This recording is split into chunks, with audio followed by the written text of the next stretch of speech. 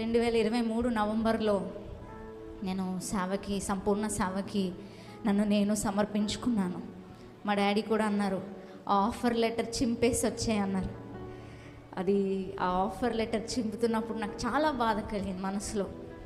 మా ఫ్రెండ్స్ అందరూ అనేవారు, నీకేమైనా పిచ్చి పట్టిందా, ఇంత మంచి ఉద్యోగాన్ని వదిలేసి వెళ్తున్నావు? ఎందుకంటే నా ఎంబీఏలో నాకే హయ్యెస్ట్ ప్యాకేజ్. అయితే మా సార్స్, మా టీచర్స్ అందరూ అడిగేవారు, నీకేమైనా పిచ్చి పట్టిందా, నీకేమైనా పిచ్చి పట్టిందా? నా బెస్ట్ ఫ్రెండ్ కూడా, నా స్నేహితురాలు కూడా, నీకేమైనా పిచ్చి పట్టిందా, ఇంత మంచి ఉద్యోగాన్ని వదిలేసి వెళ్ళిపోతున్నావు అన్నప్పుడు నాకు అనిపించింది, ఈ ఉద్యోగం కంటే నాకు నా దేవుడే ఎక్కువ, ఈ ఉద్యోగం కంటే నాకు నా దేవుడే ఎక్కువ అని నాకు ఆ సమయంలో అనిపించింది. సో అలా నవంబర్ నెలలో నేను సేవలో అడుగుపెట్టాను.